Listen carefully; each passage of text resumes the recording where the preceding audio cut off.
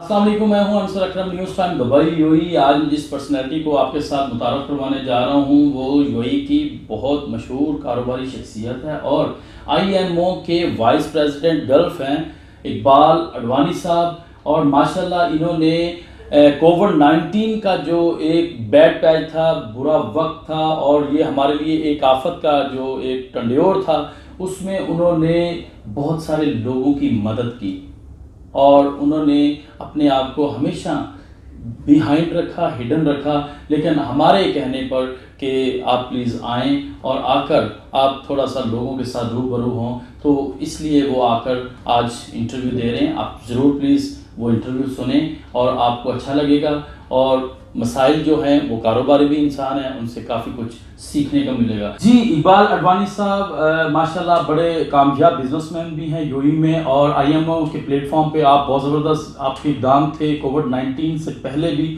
और इस वक्त जो कोविड-19 की वजह से पूरी दुनिया इस लपेट में आई हुई है या पूरी दुनिया इस मुहलक बीमारी से मुश्किलात का शिकार है, ये एक बहुत लम्हा फ़िक्रिया है हमारी पूरी दुनिया के लिए स्पेशल।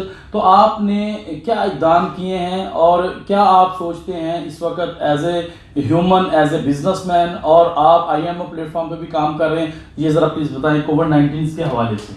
पहले तो मैं आपका थैंक्स अदा करना चाहता हूँ कि आपने मुझे यहाँ बुलाया और मुझे मौका दिया कि मैं आईएमओ ने जो काम किया है कोविड-19 के हवाले से उसके बारे में आपको बता पाऊँगा। तो आईएमओ दुनिया में जितने भी चैप्टर हैं हमारे आईएमओ के, सब पे बहुत काम किया गया इस बार, क्योंकि ये एक ऐसी वबा थी कि जो किसी को पता नहीं थी, कोई एक्सपेक्ट भी नहीं करता था और ना कभी कोई तैयारी थी। तो जिससे जितना हुआ सब ने अपनी कैपेसिटी से ज़्यादा ही काम किया। आईएमओ के जितने चैप्टर हैं पूरी दुनिया में सब ने बहुत काम किया, पाकिस्तान, इंडिया, अफ्रीका वगैरह। इसके अलावा और मेमनों की जो जमातें हैं, WMO, लीडरशिप फोरम, मेमन जमात पाकिस्तान, मेमन जमात इंडिया और छोटी जो भी जमातें, छोटी बड़ी जो भी जमातें हैं पाकिस्तान, इंडिया में बहुत काम किया। सब ने अपनी कैपेसिटी से ज़्यादा ही काम किया, हम लोगों से भी जितना हमने किया। लेकिन अब प्रॉब्लम ये आ रही है हमको कि एक चीज़, इसका टूल इतना लंबा हो गया है, इनका दौरान इतना लंबा हो गया है कि आदमी एक प्रॉब्लम ख़त्म होती है तो दूसरी प्रॉब्लम आ जाती है। अभी हमको एक ये प्रॉब्लम आ गई है कि टिकटों के लिए अभी जितने लोग इधर आए हुए थे, 3-3, 4-4 महीने से लोग फंसे हुए हैं, इनके पास जाने के लिए टिकटें नहीं है, खाने के लिए कुछ नहीं है, रहने के लिए नहीं है। तो अब उनका अरेंजमेंट हम कर रहे हैं और काफ़ी टिकटें मैंने तो दी, हम लोगों ने यहाँ से दी है और आप लोगों की भी काफ़ी लिस्टें आ गई हैं अभी टिकटों के लिए पाकिस्तान और इंडिया के हवाले से।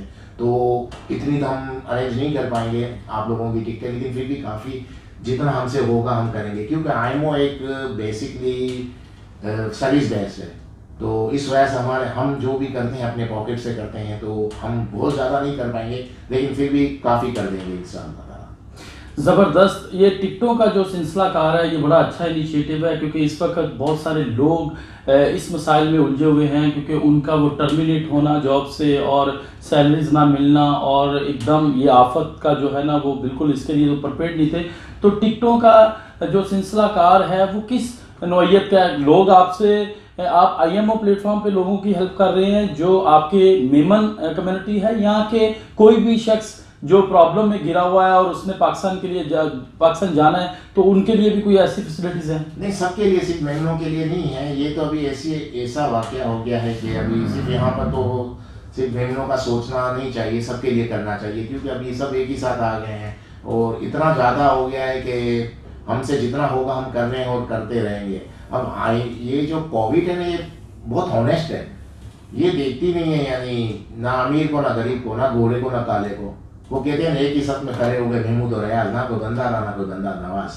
तो अब ये हालात में तो अब क्या हम मेमन देखेंगे, जो भी हैं इंडिया से हो, पाकिस्तान से हो, हमसे जितना होगा हम करते हैं और करते रहेंगे हम लोग। ज़बरदस्त, इसका मतलब है कि आपने बड़ा ज़बरदस्त आपने बताया है कि आप कोई स्पेसिफिक अपनी कम्युनिटी के लिए नहीं है, बल्कि जो भी आपके दर पे आए, जो भी प्रॉब्लम या मसला को साहिल आए, तो आप उनके लिए एफर्ट कर रहे हैं। तो इकबाल साहब एक और चीज़ मुझे बताएं, क्योंकि इस वक्त जो इस कोविड-19 की वजह से, क्योंकि 3-4 माह का ये सारा टंड्योर चला है और इसमें एक बिज़नेस हब जो है या बिज़नेस स्ट्रक्चर है वो बुरी तरह फेलियर हुआ है। तो आप क्या इसमें आप मुझे ये बताएं कि आपके साथ क्या मसाइल दरपेश हैं, क्योंकि आप एक कारोबारी इंसान हैं। नहीं, बिजनेस तो काफ़ी अफेक्ट हुआ, क्योंकि काम, आपका बिजनेस ही नहीं खुलेगा तो आप क्या करोगे। और यूएई गवर्नमेंट और दुबई गवर्नमेंट ने बहुत अच्छे काम किए, इन लोगों ने स्टार्ट से ही इस तरह से लॉकडाउन किया कि अपनी मेडिकली फैसिलिटी सब बढ़ा ली। जैसे जैसे इनकी मेडिकल लेवल पे फैसिलिटी बढ़ गई और सबको इन्होंने कंट्रोल कर दिया, तो बहुत जल्द इन्होंने लॉकडाउन कम कर दिया, नरमी कर दी लॉकडाउन ने। और लॉकडाउन की नरमी की वजह से हम लोगों को ये अपॉर्चुनिटी मिली कि हम अपने बिजनेस खोल सकें, जिसकी वजह से हम काफ़ी हद तक सर्वाइव कर गए। इसलिए मैं थैंक्स करूँगा यूएई गवर्नमेंट के, उन्होंने बहुत अच्छा काम किया, बहुत मेहनत की और हमको एक चांस दिया कि इन हालात में भी हम अपना बिजनेस चला सकते हैं। और आपको तो मालूम है कि काफ़ी हद तक खोल दिया इन्होंने, जिसकी वजह से हम लोग सर्वाइव कर पा रहे हैं। जी जी, काफ़ी यहाँ पे अब लॉकडाउन में नरमी है और इन्होंने बर वक्त जो है वो बहुत सारे इनिशिएटिव्स लिए, इन्होंने बहुत काम किया कोविड-19 के हवाले से। और बहुत हमने देखा है कि यहाँ पर यूएई में ख़ास तौर पे ह्यूमन राइट्स का बहुत ख्याल रखा जाता है और उसी वजह से इन्होंने दिन रात एफर्ट करके हमें सेफ साइड पे किया। हमारा भी हक बनता है कि हम अपने आप को जितनी भी इनकी एडवाइजेस होती हैं, जितनी इनकी हदायत होती हैं, उस पर अमल करें। जैसे कि उन्होंने बोला है कि आप मास्क वेयर करें, आप सैनिटाइज़र का इस्तेमाल करें और आपने एक सोशल डिस्टेंस रखना है। तो ज़बरदस्त ये हमें भी अपनी as a nation we are responsible का इनका एक स्लोगन चल रहा है, वो अच्छा इकदाम है। अच्छा, मुझे एक और चीज़ बताएं आप, क्योंकि अब ये तो हम यूज टू भी हो चुके हैं कोविड-19 के हवाले से। क्या ये इस जो है वो आइसोलेट दौर की बात मैं कर रहा हूँ, जब आप मुकम्मल 24 आवर लॉकडाउन का एक सिलसिला कार था यूएई में, तो आपने कुछ रेसिपी बनानी भी सीखी? नहीं, असल में वो मेरा ज़्यादा काम ऑनलाइन पे हम लोगों ने ट्रांसफ़र कर लिया था, तो काफ़ी बिजी रहते थे, ऑफिस में भी बिजी रहते थे, ऑफिस में स्टाफ नहीं आ रहा था। लेकिन घर में बैठ के हम लोगों ने इस तरह से सेटिंग बना दी थी कि घर बैठ के हम लोग अपना बिजनेस चला रहे थे, तो उसमें भी टाइम नहीं मिल रहा था हमको कि रेसिपी वेसिपी बना सकें।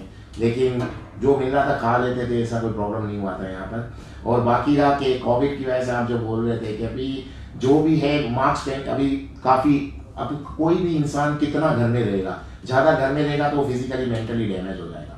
काम करने के लिए जाना पड़ेगा, मास्क पहन के जाना चाहिए, बगैर मास्क के जाना ही नहीं चाहिए। आप यूँ समझ लें, अगर कोई शख्स पॉजिटिव है और अगर वो बगैर मास्क के चला जाता है तो उसका मतलब वो दूसरों को कत्ल करने जा रहा है। और अगर कोई नेगेटिव है और वो बगैर मास्क के जाता है तो इसका मतलब वो सुसाइड करने जाता है। ये बहुत बड़े गुनाह है, इसलिए मास्क पहन के जाएं। बाकी रहा पाकिस्तान इंडिया में सोशल डिस्टेंस नहीं रह पाएगा, लेकिन मास्क तो पहन सकते हैं और यहाँ पर तो मास्क भी पहन सकते हैं, आप डिस्टेंस भी रख सकते हैं और करना भी चाहिए। इकबाल साहब, आप कितने सालों से मुकीम है यूएई में? मुझे तकरीबन यहाँ पर 10-12 साल हो गए। 10-12 साल हो गए आप, और इससे पहले आप के दूसरे कोई ममालिक में भी आपको कोई बिजनेस है? बेसिक मेरी जो बेस है वो सऊदी अरब से ही है, मैं सऊदी अरब में ज़्यादा रहा हूँ, वहीं मेरा बिजनेस था। फिर मैं यहाँ पर भी बिजनेस किया, फिर यहाँ शिफ्ट हो गया। और बाकी पाकिस्तान में बिजनेस है, अफ्रीका में बिजनेस है, ओमान में भी मेरा बिजनेस। जी जी जी। कोविड-19 से पहले आईएमओ एक ज़बरदस्त उनका यूएई में एक धाक बैठा रखी थी, बहुत सारे इवेंट्स ऑर्गेनाइज किए हैं। कहीं आप स्टूडेंट्स को अवार्ड दे रहे हैं, कहीं स्कॉलरशिप दे रहे हैं, कहीं आप टूर्नामेंट करवा रहे हैं, और बहुत इस आप भरपूर अंदाज से एक हाइप क्रिएट कर गए थे। तो आप मुझे ये बताएं कि इस अब जो ये कोविड-19 अल्लाह करे इस बीमारी से निजात मिले, तो आने वाले वक्त में कुछ और प्लानिंग्स हैं, कोई और मजबूत आप मिशन के साथ निकलेंगे? बिल्कुल ज़रूर करेंगे काम, क्योंकि अभी वो लाइफ नहीं रहेगी जो थी। वो लाइफ अब कभी वापस नहीं आ सकती जो हमने गुजार ली है। अब चेंज होगी लाइफ, उसी के हिसाब से जो उस वक्त का जो माहौल होगा उसके हिसाब से हमको उसमें ढालना पड़ेगा। जैसे हम लोगों ने अभी एक वर्चुअल मीटिंग की अभी 2 दिन पहले, उसमें हमने वर्चुअल मीटिंग करने की वजह ये थी कि हमने एक मैसेज दे दिया है आईएमओ ने कि अब हमको ज़िंदगी किस तरह गुजारनी है। और मुझे लगता है कि इन फ्यूचर में भी इस तरह हमारी मीटिंगें होती रहेंगी और उस वक्त के जो हालात होंगे उसके हिसाब से हम अपने आप को लेकर चलेंगे, जैसा माहौल होगा उसमें लेकर चलेंगे। किस तरह से आप अपनी पूरी बॉडी को आईएमओ की मुतहद करके चल रहे हैं, किस तरह से रवाबत हैं आपके?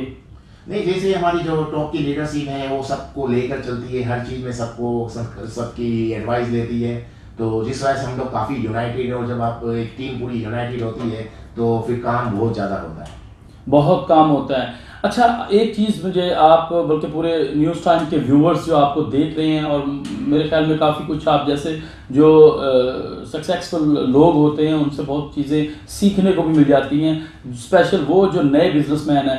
तो आने वाले जो कारोबारी लोग हैं जो अपनी प्रैक्टिकल लाइफ में जा रहे हैं, उनके लिए क्या बिजनेस टिप्स देते हैं आप स्पेशल, क्योंकि अब तो दुनिया बदल गई है, तो उसके लिए आपने क्या इकदाम बताना चाहते हैं, थोड़ा सा न्यूज़ टाइम के व्यूअर्स को भी पता चले। देखिए, बिजनेस के लिए अगर मैं खुद करना जो चाहूँगा, मैं वही बताऊँगा कि अभी आप अपनी ऑफिसें जो हैं उनको सब छोटी कर दें, सबको घर से आप काम हो सकता है, क्योंकि टोटल काम घर पे हो रहा है, घर के जरिए भी हो सकता है। तो अपने एक्सपेंस को कंट्रोल करना पड़ेगा, और एक्सपेंस पे कंट्रोल करने का तरीका ये है कि आप अपने स्टाफ के जो आप ऑफिसेज हैं इनको थोड़ा कम कर दें, और आप कहीं भी बैठ के काम करवा सकते हैं, घर से भी काम करवा सकते हैं। और फ्यूचर में यही होगा कि लोग घरों में बैठ के ज़्यादा काम करेंगे। और यूँ भी आप समझ लें कि एक बिजनेसमैन अपने आदमियों को, अपनी टीम को, अपने स्टाफ को इस तरह ट्रेन करे और उससे कहे कि भाई एक आदमी को 2 आदमी का काम करना पड़ेगा, तभी फ्यूचर में इंसान बिजनेस अपना सर्वाइव कर पाएगा।